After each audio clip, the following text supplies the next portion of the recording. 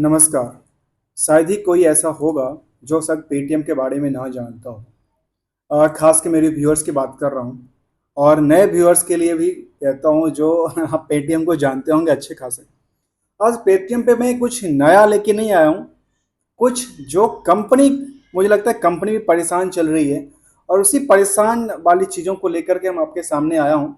आखिर चल क्या रहा है, साथ में आप अच्छे से भली बात समझ सकते हैं इस कंपनी के बारे में यदि आपने इसका शेयर्स कभी खरीदा होगा या बेचने का मूड बनाया होगा या समझने का प्रयास किया होगा। तो हम आज इसी के बारे में जानने के प्रयास करेंगे। कंपनी का नाम है 197 कम्युनिकेशंस लिमिटेड है और इसका ब्रांड्स का नाम है पेटीएम।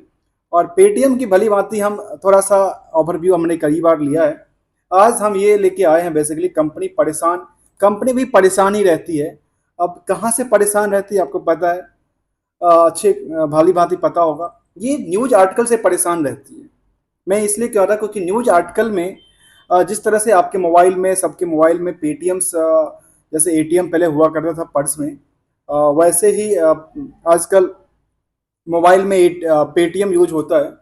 तो पेटीएम जो है जिस तरह से यूज हुआ है उसी तरह से, जिस तरह मार्केट कैप्चर किया है उसी तरह से इनका न्यूज आर्टिकल मार्केट में डेली कुछ ना कुछ नया धमाका लेके आता है। और उस न्यूज आर्टिकल के बेसिस पे स्टॉक की जो चार्ट की बेसिस की बात करें खास की, तो डेली स्टॉक में या तो 5% की सर्किट लगती है या 5%, मतलब और ये सीधा सीधा देखा जाए तो 5% की सर्किट लगती है।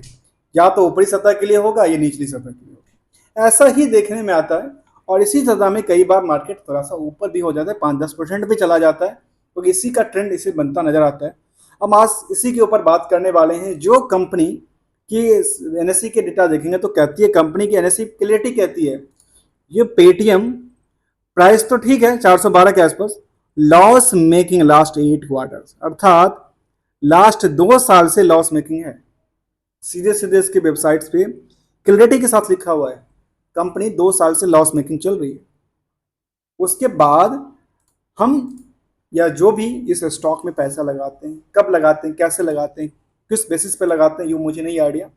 लेकिन हम आज कंपनी की परेशानी की बात करने वाले हैं। पेटीएम की परेशानी क्या है? पेटीएम की परेशानी ये है जो डेली कुछ ना कुछ न्यूज आर्टिकल छप जाती है और कंपनी क्लेरिफिकेशन देते देते परेशान हो जाती है।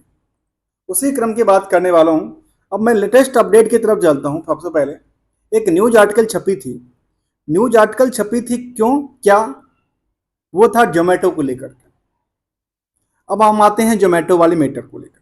हम अभी लेटेस्ट अपडेट की तरफ ओपन किए हैं और ज़्यादा नहीं, मैं केवल लगता है 3 महीने का मैंने डेटा ओपन किया है, मार्च 22 से लेकर के, और आज 22 है तो मैं 22 जून तक का डेटा को एक जो कि बीएससी के ऊपर एक टाइम फ्रेम के हिसाब से मैंने लिया है और समझने का प्रयास करेंगे, क्योंकि स्टॉक की प्राइस 400 के आसपास, 410 के आसपास ट्रेड करती नज़र आती है। तो उसमें हम न्यूज आर्टिकल से परेशान कंपनी के बारे में चर्चा करने वाले हैं। सबसे पहले कंपनी की अच्छी बात के बारे में कहता हूँ। कंपनी फिलहाल देखा जाए तो कंपनी ने अपने एम्प्लॉय के लिए एम्प्लॉय स्टॉक ऑप्शन स्कीम में नियरली 47,63,998, सीधा सीधा कहूँ तो 47,63,400 शेयर बेचने का प्लान किया। मैं ये कह रहा हूँ बेचने का प्लान किया। अब उनके पास पैसे कुछ होंगे नहीं, या क्या एक्सपेक्टेशन क्या है मार्केट को लेकर, बिजनेस को एक्सपेंड कर रहे हैं। कंपनी बार बार लॉस मेकिंग जा रही है, क्योंकि ये लॉस मेकिंग के तब शब्द मैं नहीं कह रहा हूँ, ये एनएससी कह रही है। एनएससी के डेटा पे कहती है, जो जब भी आप सर्च करेंगे एनएससी पे तो कहती है क्लियरिटी के साथ loss making for the last 8 quarter. और ये क्लियर दिखती है इसके वेबसाइट्स पे जैसे हम कंपनी को खोलते हैं। अब आते हैं इसके न्यूज आर्टिकल तरफ। और इस कंपनी को हमने पहले कहा था, आप भली भांति जानते होंगे, जिसमें बुकिंग से लेकर के मुझे लगता है सबके सब आजकल सारा के सारा यूज होता है, जो कि सबके सब पेटीएम, चाहे पेमेंट गेटवे की बात हो या कोई बुकिंग की बात कर रहे थे, तो हम सबके मोबाइल में अवेलेबल है सब। और आजकल नया ट्रेंड एक और चला है, पेटीएम का एक मनी है जो कि आपको शायद स्टॉक मार्केट की ट्रेडिंग भी कराती है। इसी तरह की बात होती है।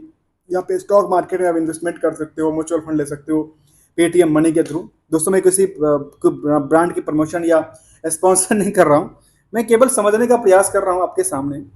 जो इस कंपनी को परेशानी क्या है, एक तो 47-48 लाख शेयर स्टॉक ऑप्शन में बेच रही है। इसका वैल्यूएशन क्या ले रही है कंपनी, क्या फेस वैल्यू पे दे रही है या प्रीमियम के साथ अपने एम्प्लॉय को दे रही है। अब यहाँ पे मैं कुछ डेटा देख लेता हूँ।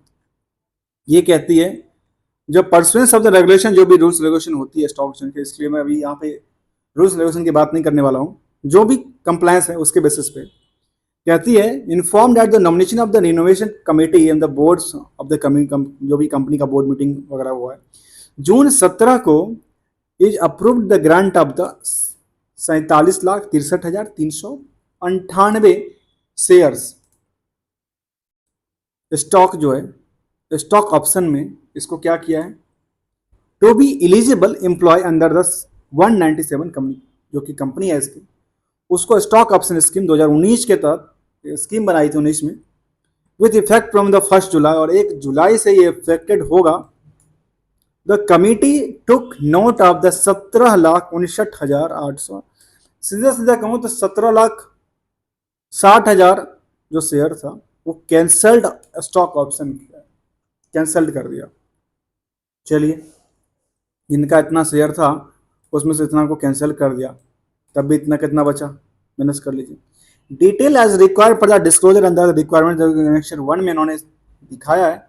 अनेक्सर 1 पे चलते हैं, थोड़ा सा दोस्तों वीडियो लंबा हो सकता है क्योंकि this is a completely learning किसी कंपनी का डेटा और इसको एनालिसिस करना, एक व्यू के पॉइंट ऑफ व्यू से इसको सामने रखने का प्रयास करना, बेसिकली क्या कहती है कंपनी, क्या डिटेल शेयर करना चाहती है।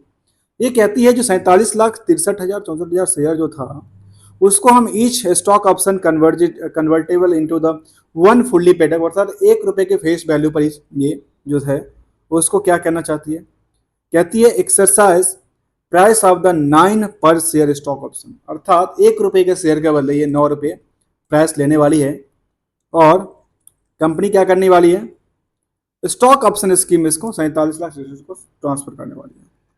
सीधा सीधा देखा जाए इसको मैं 10 से लूँ तो इसको 9 से माइनस 10 को मैं 10 कर लेते हैं सीधे सीधे, एक को समझने के लिए अच्छा होगा।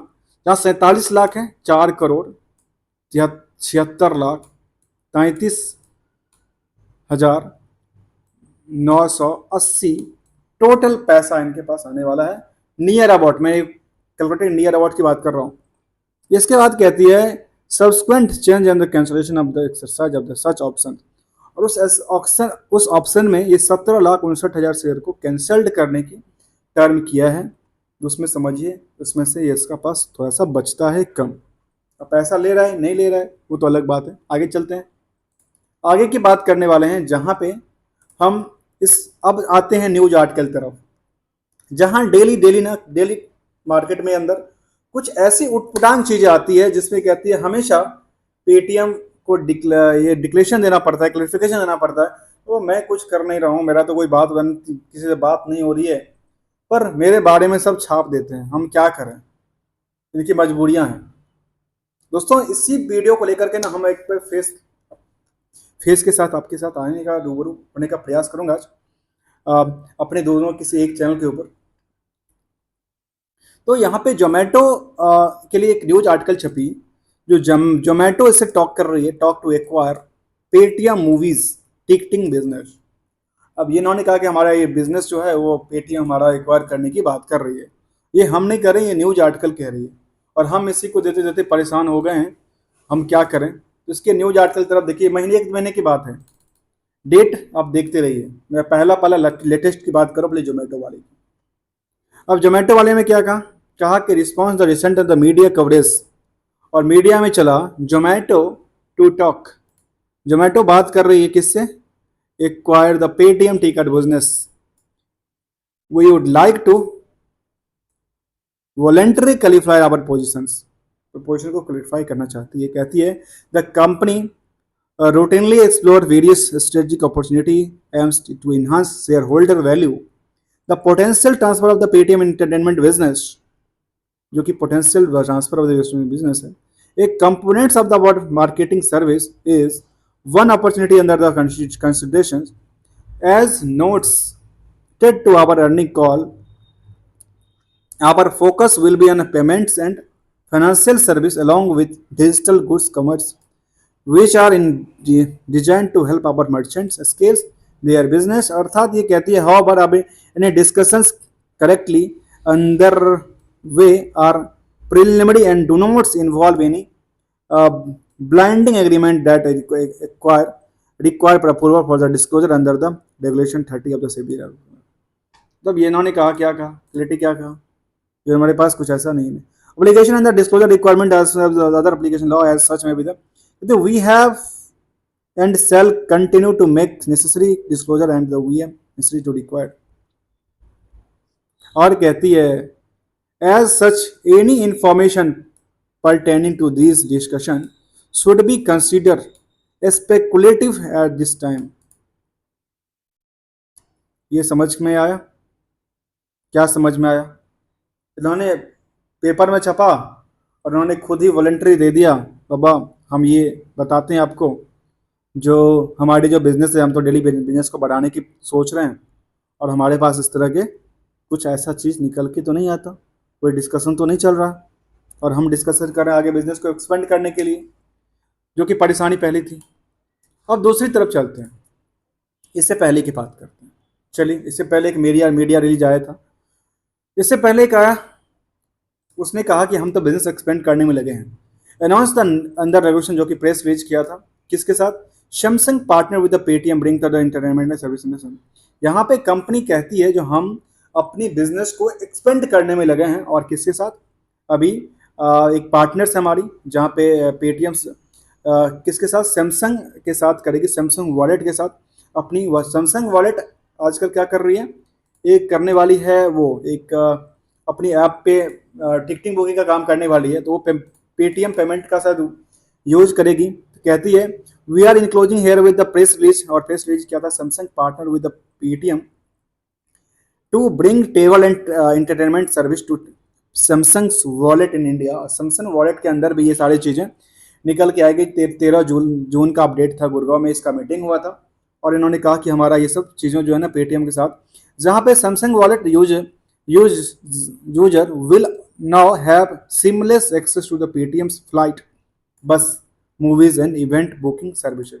अर्थात उनकी जो ऐप है सैमसंग ऐप के साथ ही कुछ कोलैबोरेशंस और इसमें कुछ इंटीग्रेशन का कामकाज करती नजर आती है जहाँ पे ट्रेवल्स और एंटरटेनमेंट की बुकिंग भी वहाँ से हो सकती है थ्रू द पेटीएम्स।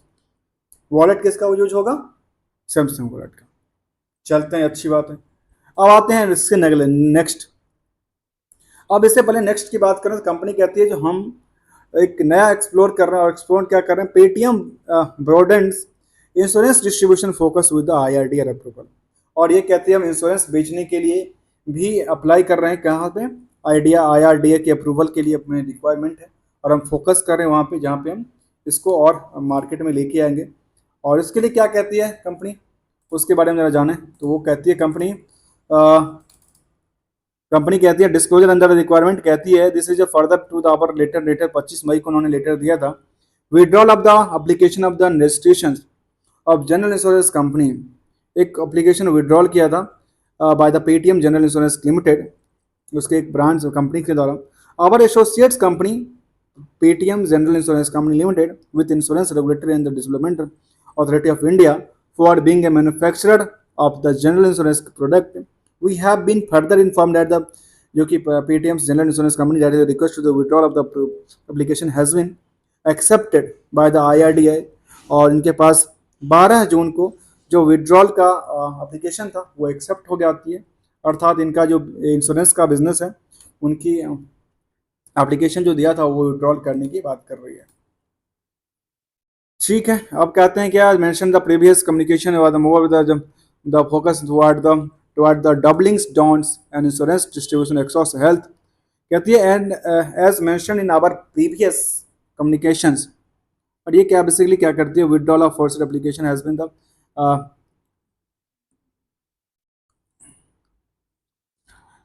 विड्रॉल की बात कर रही थी। अब कहते हैं हम health insurance motor shop general garments गैजेस segments facility through the wholly on subsidiary Paytm Resource Broking Private Limited. We aim to the innovate to on a small ticket insurance broking for the consumer and अर्थात ये थोड़ा थोड़ा business कहीं बढ़ाता है, कहीं कम करता है, तो मतलब इस हिसाब से फिलहाल बढ़ाता नजर आता है कंपनी में। अब आगे की बात करें, आगे में क्या निकल के आती है कंपनी, जहाँ से ज़्यादा परेशानी की बात है वहाँ की बात करता हूँ। फिर इंक्रीज ऑफ वॉल्यूम हो जाता है इनका। तो फिर उन्होंने कहा क्लैरिफिकेशन दिया, क्यों दिया, कैसे दिया, तो उन्होंने फिर कहा कि हमारे पास क्या है। फिर एक्सचेंज इनको 3 जून को पूछा था, हम जून की बात कर रहे हैं, जो कहती है inform the regarding the announcement which they have the varying the price volume we have in the share of the price काफ़ी बढ़ गया, प्राइस वॉल्यूम काफ़ी बढ़ गया था। फिर कहती है this is regard to we would like to submit that we have makes necessary disclosure from time to time and enable to the shareholder and the public to the stay disclosure. और ये फिर दोबारा कहती है हमारे पास कुछ ऐसा, हम टाइम टू टाइम आपको जो भी होता है इन्फॉर्मेशन देते रहते हैं। आगे क्या कहती है, अगले लेटेस्ट अपडेट की तरफ चलें तो कहती है जो शॉर्ट क्लियरिफिकेशन हमने दे दिया, उसके बाद देखते हैं प्राइस मूवमेंट के बाद। इसके बाद एक आया था फाइनेंशियल ईयर 24 का रिजल्ट आ गया, रिजल्ट के बाद हम बाद में करेंगे। फिर आती है एक बात, अदानी की बात। इससे पहले जोमेटो की बात कर रहे थे, अब हम अदानी की बात करने वाले हैं। और ये डेट था 29 मई का। मैं थोड़ा सा डेट लेता हूँ। अब बात आई जो एक न्यूज पेपर में छपी, जो जो पेटीएम है, पेटीएम को क्या, पेटीएम का उनके साथ मीटिंग हो रहा है, और उस मीटिंग में क्या लग रहा है कि ये अदानी साहब जो है ना वो कैप्चर करेंगे। कहती है subject hereby the clarified the above mentioned news items. और जो न्यूज आइटम कहाँ छपी, हर दिन कुछ न कुछ न्यूज पेपर में छपती रहती। कहती है Adani Adani talk is in talk with the Sharma to acquire stake in Paytm. अब पेटीएम एक्वायर की बात कर रहे थे। फिर उन्होंने कहा जो news item is speculative and the company is not engage in the any disclosure requirement. अर्थात यार क्या है बात, मतलब डेली कुछ ना कुछ इसमें चलती है। और आपकी जो स्टॉक प्राइस है वो कभी 5%, कभी 10%, अब सर्किट लगाती है, कभी गिरती है, कभी चलती है। अब जब भी जैसे देखें 2 दिन चलती है, 1 दिन गिरती है, 2 दिन चलती है, 2 दिन गिरती है। अब आ गए लेटेस्ट अपडेट की तरफ। हमने अदानी साहब वाला बात को समझा, उससे पहले की बात करते हैं थोड़ा सा। और उससे पहले आया था इस प्रेस रिलीज, आया था प्रेस रिलीज, क्या आया था इसके लिए, तो इसके बाद प्रेस रिलीज के बारे में चर्चा करें। तो प्रेस रिलीज कंपनी कहती है जो हमने कुछ किया है, तो हमने क्या किया है। कहती है हमारे जो पेटीएम जनरल इंश्योरेंस कंपनी है, एसोसिएटेड कंपनी है with the insurance regulatory and development authority of under association amendment, जो कि अंदर द नेसेसरी अप्रूवल के लिए किया था। वो कहती है जो leading financial service distribution platform we will be doubling down our focus on the business insurance distribution portfolio built by the Paytm Insurance Broking Private Limited, or wholly owned subsidiary of the this company, and the from the board of directors and the skill board of directors। ये कहती है जो approval withdrawal of the application for the registration, हम अपनी application को registration withdrawal के लिए application approve करने के लिए बात किया है। चलिए इसको बात क्यों हटाते हैं, आगे आते हैं। अगला क्या है, रिजल्ट की बात करते हैं। उसके बाद आउटकम ऑफ बोर्ड मीटिंग किया जाती है, उससे पहले क्वार्टर रिजल्ट आती है। उसके बाद फंड रेज की बात कर रही है कंपनी। कहती है हम सब statement of the derivations of the variation of the funds raise through initial public offer of the quarter. और 31 मार्च में उन्होंने फंड रेज की बात कर रही है। फिर इससे पहले हमने याद है, हमने कुछ दिन पहले एक बनाया था। फिर कहती है डिजाइन और कि कंपनी से और ये कहा, और इन्फॉर्मेशन आया था जो कि कहती थी कि मुकेश अंबानी इसको एक्वायर कर रही है। वह क्या मतलब, यहाँ पे फिर से स्टॉक ऑप्शन में लगाया पैसा, मतलब कंपनी पैसे लेने की बात कर रही है। फिर यहाँ पे एनालिसिस मीटिंग आती है। फिर दोबारा देखा जाए तो यहाँ पे उसकी ऑडिटर और मीटिंग आती है। इसको अब एक और आते हैं आर्टिकल पेटीएम तो lending business remaining robust does not provide act of distribution of the recent media. ये डेली मीडिया रिलीज के पीछे ना ये भागती नजर आती है। इससे पहले देखा जाए तो मैंने एक बार पहले एक स्टडी किया था जहाँ पे उनका आउटकम आया था जो इसका इंटरनेशनल रिजनेशन और ये विजय से सुरिंदर चावला को रिजाइन किया गया था।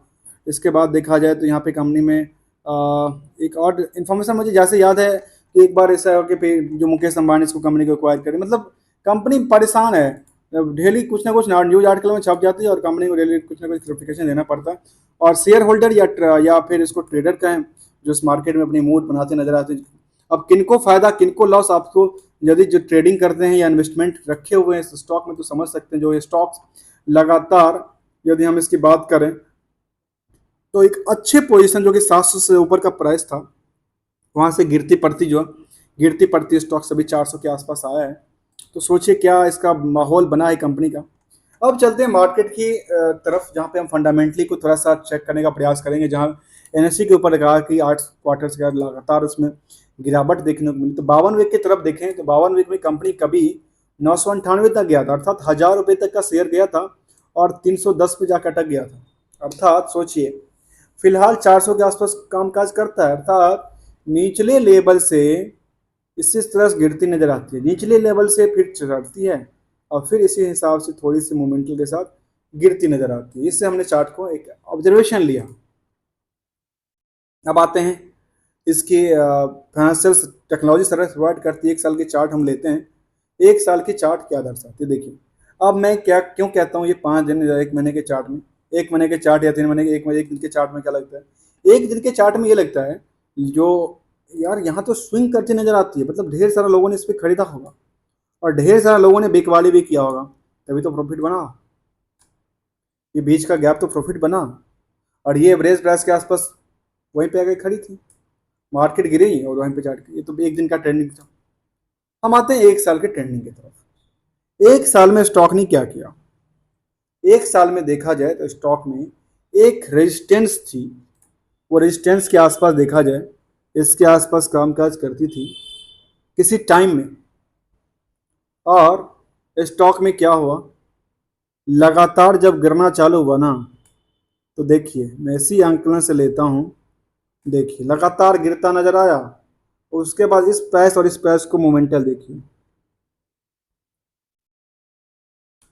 इन दोनों के बीच में क्या निकल के आता है। मैं इस आप कई बार क्वेश्चन पूछते हैं यार सर आपने ये आपने इसको कट क्यों कर दिया, या फिर आपने इसको तो आप दिखाया नहीं, ने कुछ किया नहीं। दोस्तों मैं इसको किस लिए नहीं किया हूँ, क्योंकि ये एक शॉर्ट टर्म के लिए था, जहाँ पे ट्रेडर्स की पार्ट में ट्रेडर्स को वैल्यूज को इंक्रीज करते हैं, दूसरे दिन तोड़ते हैं। एक रिटेल इन्वेस्टर इसमें ट्रैप हो जाते हैं इसी तरह की चीज़ों में। हाँ ऐसा नहीं, जो उन्होंने पैसा भी कमाया होगा, हो सकता है कि इनके पोर्टफोलियो कैसा होगा वो आप अच्छे भली भांति जानते होंगे इसके बारे में। लेकिन यहाँ पे जो एक रेजिस्टेंस की बात करती नजर आती है कंपनी की, वो फिलहाल यहाँ पे देखने को आती है। इस सॉरी हाँ यस, इसको ज़रा मैं दूसरे एंगल से लूँ तो ये देखिए इसकी रेजिस्टेंस ये निकल के आती है, बार बार इसी स्टॉक प्राइस के आसपास जाती है, वहां से लेकिन सस्टेन नहीं कर पाती है, इसको कह रहा हूँ सस्टेनेबिलिटी नहीं है। फिलहाल इसके बाद ये अभी 2 दिन पहले सस्टेन कर रहा है। क्यों कर रहा है पता है, सस्टेन करने का रीजन ये रहा जो इसका बिजनेस तो लॉस में है, लेकिन एक बढ़ती हुई नजर आती है क्योंकि ये अभी सैमसंग के साथ कुछ प्लान कर रहा है। इसके साथ एक प्लान देखा था जो कि इसका एक और था ना कुछ क्लियरिफिकेशन, जो यहाँ पे बिजनेस कुछ नया स्टार्ट करने वाली है कंपनी, जैसे सैमसंग के साथ पार्टनरशिप, एक मीडिया रेंज में कुछ और पार्टनरशिप करने की बात कर रही थी। इस तरह की चीज़ें निकल के आती है और ये जो शॉर्ट टर्म के लिए निकलता है ना, वो न्यूज बेसिस पे निकलता है। अब न्यूज को अच्छी तरह से भली बातें समझिए, न्यूज आर्टिकल को समझिए, आखिर कहना क्या चाहती है, क्या हो जाएगा, पैसा बनना है, न्यूज बेसिस पे ऐसा ना हो जो आपके पैसे खत्म हो जाए। पैसे बनाना है तो तो एक पैसेंस रखना होता है। ऐसा नहीं जो पैसे के लिए हम बस यूं मार्केट में आए और वी स्विंग करते हमारी पैसा बनती नजर आती है, और जिसकी वजह से कई बार पैसे बिगड़ते नजर आते हैं, और जिनका नुकसान हुआ होगा इस स्टॉक में वो भली भांति जानते होंगे इस स्टॉक को क्या सिर पीट रहे होंगे, कैसे पैसा उड़ गया देखते देखते। चलिए आगे हम इसको थोड़ा सा समझने का प्रयास किए। अब आते हैं रिजल्ट की तरफ। रिजल्ट की तरफ कहती है कंपनी, जहाँ पे हमने 8 क्वार्टर का देखा था नुकसान नुकसान, तो यहाँ पे रिवेन्यू अच्छी खासी करती है। रिवेन्यू ऐसा नहीं है, रिवेन्यू है, रिवेन्यू बेसिस पे खर्चे ज़्यादा कर लिया कंपनी ने। खर्चे किस हेड में करती है उसका बजटिंग का कुछ है नहीं है, कुछ उसी बेसिस पे तो डिसाइड होता है। अब आते हैं कुछ फंडामेंटली स्ट्रॉन्ग की तरफ, समझने का प्रयास करते हैं। कंपनी की जो बुक वैल्यू है 210 रुपये का, करंट मार्केट प्राइस 410 411, अर्थात दोगुना के आसपास कार्य करती नहीं रहा। आर ओ निगेटिव से, आर ओ निगेटिव है, स्टॉक को कोई पी मिला नहीं है, साथ में देखा जाए तो हम इसका करंट रेशियो की तरफ ध्यान दें तो करंट रेशियो 3.48 के आसपास, इंडस्ट्री के पीओ करीब 60%, 161% के आसपास है। नंबर ऑफ शेयर देखा है तो यहाँ भी करीब 64 लाख से ज़्यादा का शेयर से नहीं, 64 लाख या 64 करोड़ के आसपास का शेयर निकल के आती है। इसके बाद देखा जाए, कंपनी कहती है 2000 में कंपनी बनी थी, 91 आपको पता है कि कंपनी बनी थी, तो बाद में इसका जितना स्टेक था वो एक चाइनीज कंपनी, चाहे वो कौन सी थी, जो कि एक बड़ी सी चाइनीज ऑनलाइन कंपनी है, उसका होल्डिंग था इसके अंदर। Consumer as well the merchant as the March 21 में आई थी, company was 330 million plus clients has been invest 21 billion registered merchant in the, ये सारी मर्चेंट बैंकर पास फाइनेंशियल सर्विस की बात करती नजर आती है। कंपनी प्रमोटर कोई होल्डिंग है नहीं, प्रमोटर सबके सब बेच कर निकल चुके हैं, उनको पता है प्रमोटर्स के पास रहेगा तो प्रमोटर्स तो क्या करेगा आपको पता ही है, बाकी सारी कंपनियों की तरफ। तो यहाँ कंपनी के कुछ ऐसा है, यहाँ पे कुछ भी निकल के नहीं आता है। अब चलते हैं रिजल्ट की तरफ, रिजल्ट को देखें, एक नज़र डालें तो इसका रिजल्ट में निकल के है जी, रिवेन्यू तो दिन बाय दिन इंक्रीज करती है, इनकी ट्रांजेक्शन तो दिन बाय दिन अच्छी ग्रो लेवल पे चलती है, लेकिन जिस हिसाब से इनका ग्रो लेवल पे चलती है उस खर्चे जो हैं उसका उसके कंपैरिजन काफ़ी ज़्यादा होता है, जिसकी वजह से क्या होता है, जिसकी वजह से इनको लॉस का सामना करना पड़ता है। इनको खर्च को कम करना चाहिए। दूसरी एक, किसी कंपनी का प्रॉफिट के पार्ट में यदि एक तो एक 3 साल या 2 साल का प्लान हो सकता है आपका, हाँ ठीक है 2 साल मेरा लॉस में चलेगा, अगले साल बूस्ट कर जाएगा। अब आप कहते हैं सभी के सभी काम स्टार्ट कर दिए और आपका प्रॉफिट कहीं से आता ही ना है, आता ही नहीं है, तो काम करने से फ़ायदा क्या है। अब यहाँ पे देखा जाए प्रॉफिट की तो 550 करोड़ का प्रॉफिट लास्ट 4 क्वार्टर से, चार क्या सबके सभी क्वार्टर का नुकसान में है, और तो 8 क्वार्टर की बात कर रहे हैं हम, तो सबके सब क्वार्टर की बात कर रहे हैं जहाँ पे सभी के समय नुकसान ही देखने को मिला है इसका, कभी भी अच्छा खासा प्रॉफिट नहीं देखने को मिला। अब आते हैं पब्लिक की तरफ, अब ईयरली बेसिस पे, ईयरली में देखा जाए कंपनी का तो 323 करोड़ का टर्नओवर था 2015 में, वो टर्नओवर बदल के 10,000 करोड़ के आसपास चला गया। लेकिन ये 10,000 का फ़ायदा क्या जब आपको अपने पॉकेट से 1500 करोड़ का नुकसान झेलना पड़े, और ये जो नुकसान होता है अपने पॉकेट से होता नहीं है, सबको तो मजे करता है। पैसा किसका होता है, फाइनेंशियल इंस्टीट्यूशंस का होता है, या एक शेयर होल्डर का पैसा है जो आपने लेकर के अपने बिजनेस को एक्सपेंड करने के लिए यूज किया, लेकिन वो पैसे नुकसान हो गए। तो ये अल्टीमेटली क्या हुआ, नुकसान में 1500 करोड़ का नुकसान, उससे पहले भी अच्छा खासा नुकसान लगातार बनती नज़र आती है कंपनी का। अब आते हैं, कुछ बात यहाँ पर और बनती नहीं है, इसकी डेटर्स की तरफ एक नज़र डालें हैं तो डेटर्स 60 दिन में पैसा देता है, ठीक है 60 दिन में पैसा देता है, तो डेटर्स कितना पड़ा हुआ है इसका।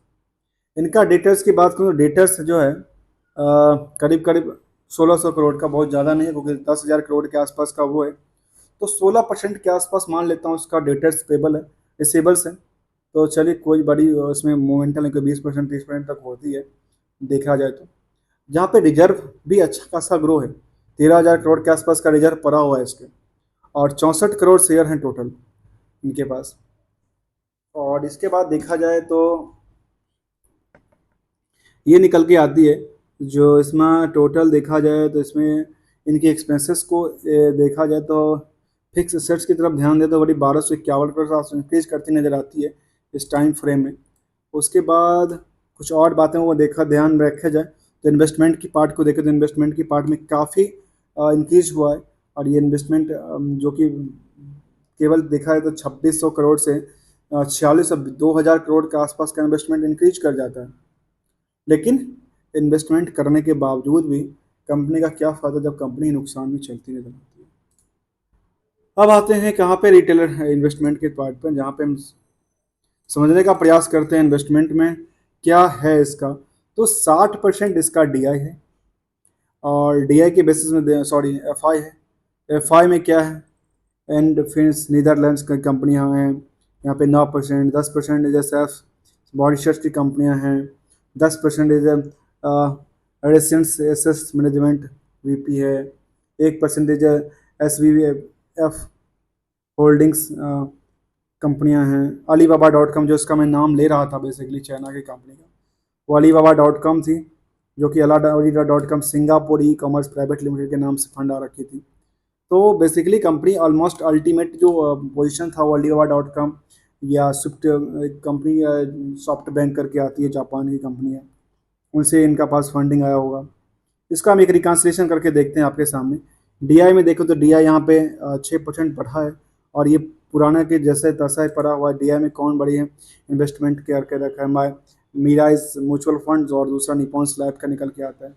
और जो देखा जाए 32% पब्लिक है, उस पब्लिक में कुछ विजय शेखर शर्मा जो कि इनके मेन कर्ता धर्ता हैं, उनकी पोजीशन 9% के आसपास। एक्सिस ट्रस्टी के पास करीब 4-4.5% के आसपास, और कोई निकल के नहीं आता यहाँ पे। और ये बेसिकली प्रमोटर्स में होना चाहिए, तो यहाँ पब्लिक के अंदर शिफ्टेड किया गया है। बेसिकली ये प्रमोटर्स थे विजय शेखर सिंह शर्मा पहले। अब इसकी एक रिकन्सिलेशन करके देखते हैं जहाँ क्या इसका डेटा क्या ईयरली बेसिस में क्या निकल के आता है। 2022-23 का डेटा है यहाँ पे, जहाँ पे एफआई के पास जो पोजीशन था, वो पोजीशन क्या थी, करीब 4% के पास पोजीशन था। और बाद में सबके सब पोजीशन कहाँ शिफ्ट हो जाती है, एफआई के पास हो जाती है। अब देखेंगे इन तीनों में डिफरेंस देखिए। एक साल में 22 के अंदर ये डेटा था, 23 के अंदर ये डेटा निकल के आई, और 24 में ये डेटा, अर्थात देखा जाए तो निकल के ये आती है जो एफआई पहले कम थी, जो पब्लिक के पास जो पोजीशन था वो सब के सब कहाँ चला गया, वो सब के सब एफआई में चला गया। जो कि पहले पब्लिक के अंदर दिख रही थी यहाँ पे, वो सब के पास शिफ्ट करते हुए नजर आई कहाँ पे, एफआई के अंदर। बेसिकली सब एफआई ही था, उसको भी यहाँ पे डेटा गलत अपडेट किया है। ये यदि फॉरेन कंपनी है और वहाँ से इन्वेस्टमेंट करती नज़र आती है, तो फिर वो क्या निकल के आती है, वो तो एफआई है। तो ये हमने छोटा सा पार्ट लिया इसके बारे में। अब चलते हैं इसमें थोड़ा सा हम चार्ट की तरफ देखें, और चार्ट में देखें 6 महीने की ट्रेंडिंग के व्यू को देखें। तो ट्रेंडिंग के व्यू में ये नज़र आती है जिसका एवरेज प्राइस से ऊपर कारोबार करती नज़र आती है स्टॉक्स पिछले 3 महीने में। इसके बाद देखा जाए 6 महीने में, ऐसे एक साल के चार्ट को देखो तो एक साल के चार्ट में गिरावट है, लंबी चौड़ी गिरावट है। 1 महीने के चार्ट को देखें, देखो के चार्ट में फिर कुछ रेजिस्टेंस काफ़ी ऊंचा चला गया है, कुछ ऐसा बचा नहीं है इसके ऊपर। इसके बाद देखा जाए तो इसके पीयर्स में कुछ नाम निकल के, कंपनी डेट्स फ्री है, इनके पास कंपनी डेट्स फ्री है। Thank you so much for joining hair.